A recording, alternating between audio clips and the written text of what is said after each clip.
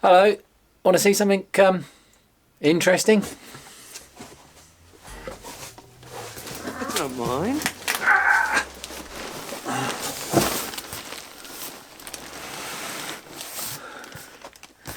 Paul sent me a box and this is how it arrived. I'll show you this side as well. Oh. There's a big old rip in the bottom there.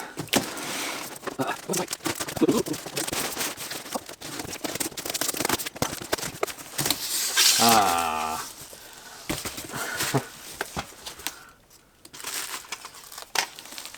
BMX racers for the Commodore 16 and Blitz game cassette for the VIC-20. I think Paul sent those over for me to test with. Excellent. And he's included these for me. There's another one in here somewhere. There we go. A couple of what is a quick shot? I think I had one of these. Be cleaned up. Oh, that's actually, look at that big gator on there. Oh, it's industrial, it's agricultural. Cool. He also sends me quite a lot of his rubbish. Oh, hopefully nothing's broken. There we have a lovely bread bin. And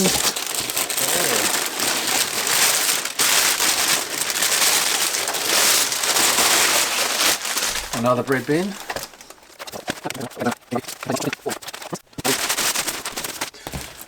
Oh, sorry about that. We have another grubby bread bin. That's not too bad. Another cable burn. More cable burns. It's not the same one, is it? No. Stubbs Engineering, The Meadows, Twowood Lane, Norton Juxta Twycross, near Atherstone, Warwickshire. Telephone number.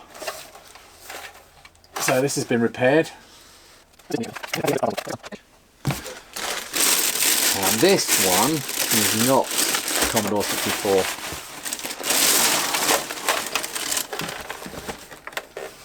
This one is a VIC-20. Oh, we're missing a button.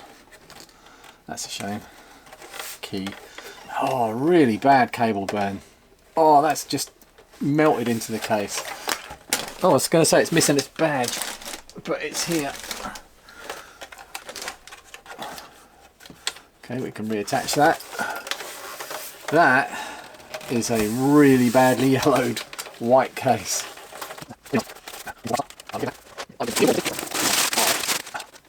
+4. I thought it was a C16 actually. Is it?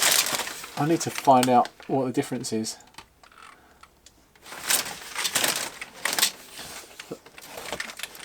Cursor keys up, F keys up here. Really grotty keyboard. There's a lot of food in there. These die for fun apparently. Weird joystick ports. Why would they do that? That looks like the VIC-20 power supply. Cool.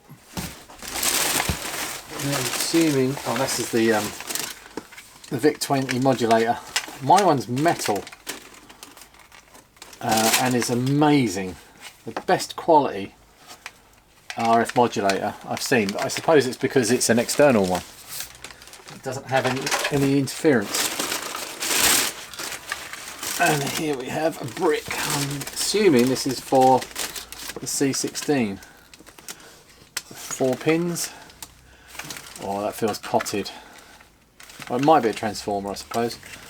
I'm going to have to get some advice from my friend Commodore Lad. He will sort me out to make sure that that's safe to plug in. What's that? A spring keyboard. Oh, I might have lost a key. Oh, that key might have come off the VIC-20. I wonder if that's in the packaging somewhere. Here we go.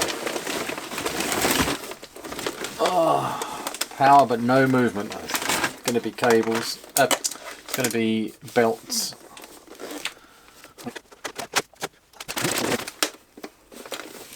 With no flying earth lead.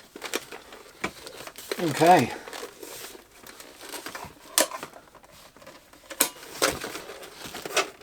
Can't imagine this got a lot of use. See you at the bench. Addendum. See that? Right, this is the current state of the workbench.